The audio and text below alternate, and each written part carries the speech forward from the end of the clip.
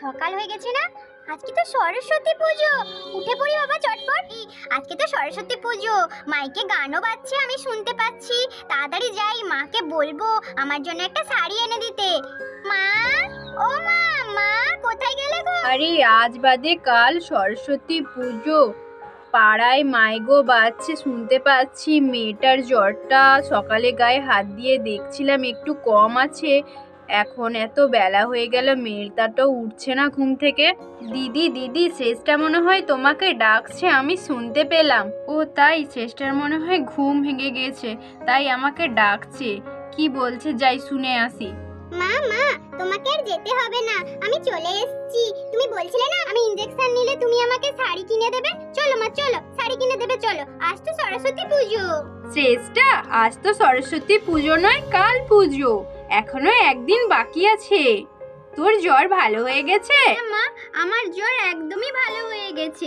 শ্রেষ্ঠা, এই শ্রেষ্ঠা, তুই কোথায় রে? এই তো তুই এখানে দেখছি, একদম তুই সুস্থ হয়ে গেছিস। জানিস জানিস শ্রেষ্ঠা, মিঙ্কির মা না একটা দোকান দিল। তাই? মিঙ্কির মা কোথায় দোকান করলো? আন্টি, মিঙ্কির মা ওই মিঙ্কির ঘরের সামনেটা একটা কাপড় আর জুয়েলারি দোকান করেছে। কত কাপড় রেখেছে জানো? সরস্বতী পুজোর জন্য পাঞ্জাবি কাপড় কত কিছু রেখেছে। আমি ভাবছি ওইখান থেকে একটা শাড়ি কিনবো। ঠিক আছে মা, চলো তুমি ওই মিঙ্কির দোকান থেকে একটা শাড়ি কিনে দেবে আমাকে। মেয়েকে বলেছি ইনজেকশন নিলে শাড়ি কিনে দেব, শাড়ি না কিনে দিলে কেমন করে হবে। আচ্ছা আচ্ছা ঠিক আছে, চলো সবাই মিলে চলো আমরা শাড়ি আর জামা কাপড় কিনে নিয়ে আসি। সিস্টার মা, রিঙ্কু, তোমরা কোথায় গেলে? ভাইয়ের এত হাক ডাক কিসের?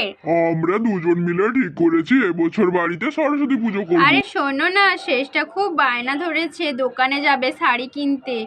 আমি তাহলে শেষটাকে নিয়ে যাই আর তোমরা যাও, তাহলে ঠাকুরটা চটপট নিয়ে আসো, কালকেই তো পুজো। আমি যাব সরস্বতী ঠাকুর আনতে। আচ্ছা ঠিক আছে, তুই তাহলে তোর বাবার সঙ্গে যা। হরি, হরি, হ্যাঁ দাদা বলো। ঠিক আছে, তুই যা, তুই আর তোর ছেলে যা, বড় করে একটা সরস্বতী ঠাকুর কিনে নিয়ে আসবি। বড় করে এবছর পুজো করব, প্রথমবার পুজো তো তাই। আচ্ছা ঠিক আছে দাদা, আমি তাহলে এদেরকে নিয়ে যাচ্ছি, দোকান থেকে জামা কাপড় কিনে নিয়ে আসবো। আচ্ছা ঠিক আছে দাদা, আমি তাহলে যাচ্ছি, চটপট আয়, আর সময় নেই। আরে বাবা, আমিও যাব। এত জলদি জলদি চলে গেলে হবে, আমাকেও নিয়ে চলো বাবা। সাবধানে যাস তোরা। ঠিক আছে। আর তোমাদের মধ্যে কারা কারা যাবে চলো আমার সঙ্গে। চটপট যাই, শাড়ি কিনে দিয়ে আবার পুজোর ফলমূল বাজার করতে হবে।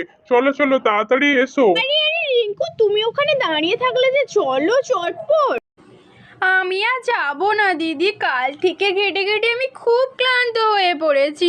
আর আমার আলমারিতে অনেক শাড়ি তো আছেই, সেসব শাড়ি এখনো পরাই হয়নি।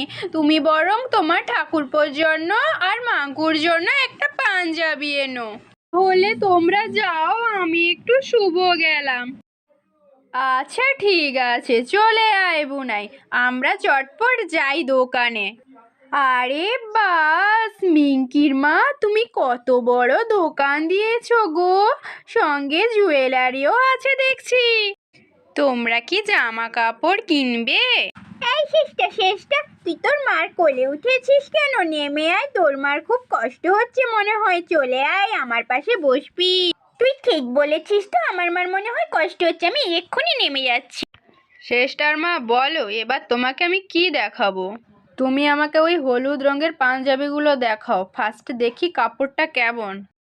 আচ্ছা ঠিক আছে, এই দেখো আমি নামিয়ে দিচ্ছি, দেখো কাপড়টা কেমন, তারপর তুমি কিনবে।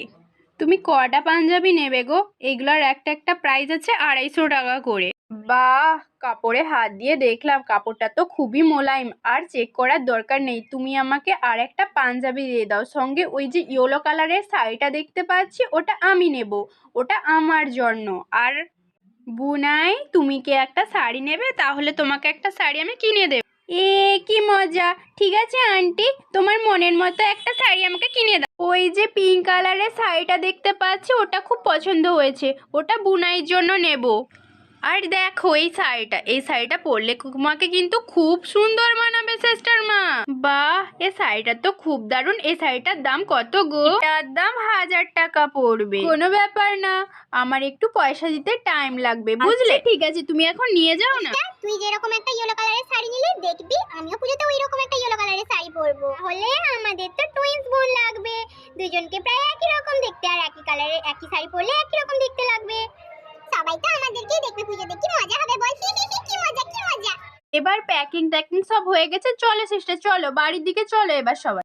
দিদি তোমরা চলে এসেছো, দেখো দেখো তোমার ঠাকুরপো কত বড় ঠাকুর এনেছে।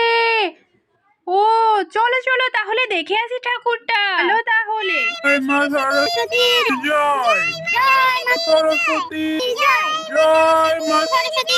ও মা গো কাকু, তুমি এত বড় ঠাকুর নিয়ে এসেছো, ঠাকুরটা কি সুন্দর গো। জয় মা সরস্বতীর জয়। নমস্কার করে নিলাম।